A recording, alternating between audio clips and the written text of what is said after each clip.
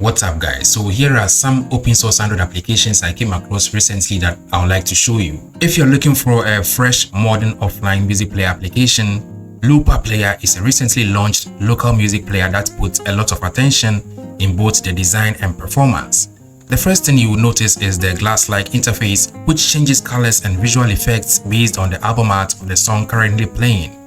It looks modern and features a synchronized lyrics, smooth animations, and interactive lyric controls that make listening feel more engaging. Beyond its appearance, Nosved Player focuses heavily on speed and privacy.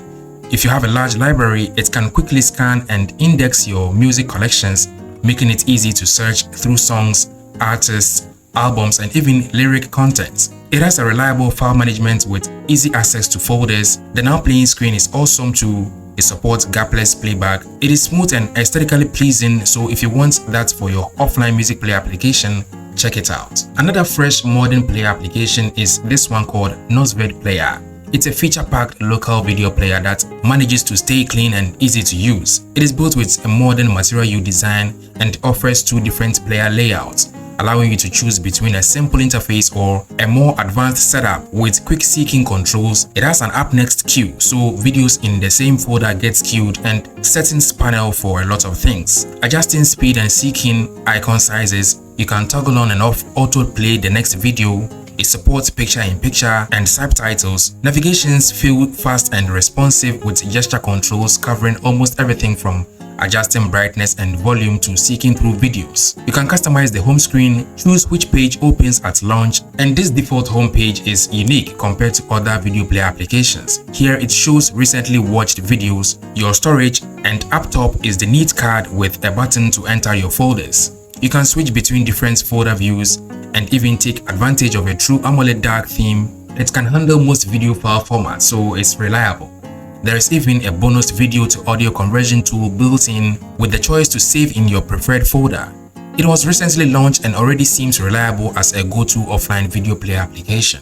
Moving on, Exodus is a very useful tool every Android user must have. It basically gives you a clearer look at what is happening inside the applications you have installed on your phone. It uses the Exodus platform to show which trackers are embedded in each application, along with the permissions applications request. So instead of guessing what applications might be doing in the background, you get a straightforward breakdown before or after you install it. The app is mainly focused on privacy awareness, simply helping you to compare applications, understand what kind of data they may access, and make more informed choices about what stays on your device. Alongside tracker details, it also highlights permissions usage in a simple way, so you can quickly spot for applications that ask for more than they need. Moving on, when you take a screenshot, on most phones, you have the option to delete the screenshot right after sharing it. On Samsung, for example, you can toggle that on and every screenshot gets deleted after sharing it. Unless you really want to save it, this way your gallery isn't full of unwanted screenshots. But how about you wish to keep a screenshot for a while, but then you forget to delete them later, and over time your gallery gets flooded? That is where this application called Mark Auto Screenshot Deleter comes in. It shows a small pop-up that lets you decide whether to keep it, share it, or automatically delete it later. You can set custom auto-delete timers, share screenshots while scheduling them for removal, or enable a silent mode that automatically cleans up every new screenshot in the background. And most importantly, the app also lets you review scheduled deletions, extend timers, or cancel them completely if a screenshot becomes important later. It shows storage saving statistics too. It's a simple app idea, but it's very useful. And while on screenshots, SecureScreen is an application built for anyone who wants extra protection against screenshots and screen recordings in specific applications.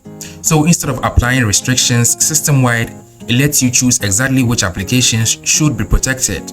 And since about 90% of installed applications don't have the option to prevent screenshots, once you have this application enabled, it monitors which app is currently in use and automatically applies screenshot and screen recording protection when a selected application is opened. The setup is straightforward with tools for sharing installed apps and managing protection settings from a single place. You can choose between app-wise and system-wide, with the former protecting only selected applications, the latter protecting all applications and even home screen, recents page, notification panel, and almost every page. So drop a like and leave a comment and let me know if you find this application useful.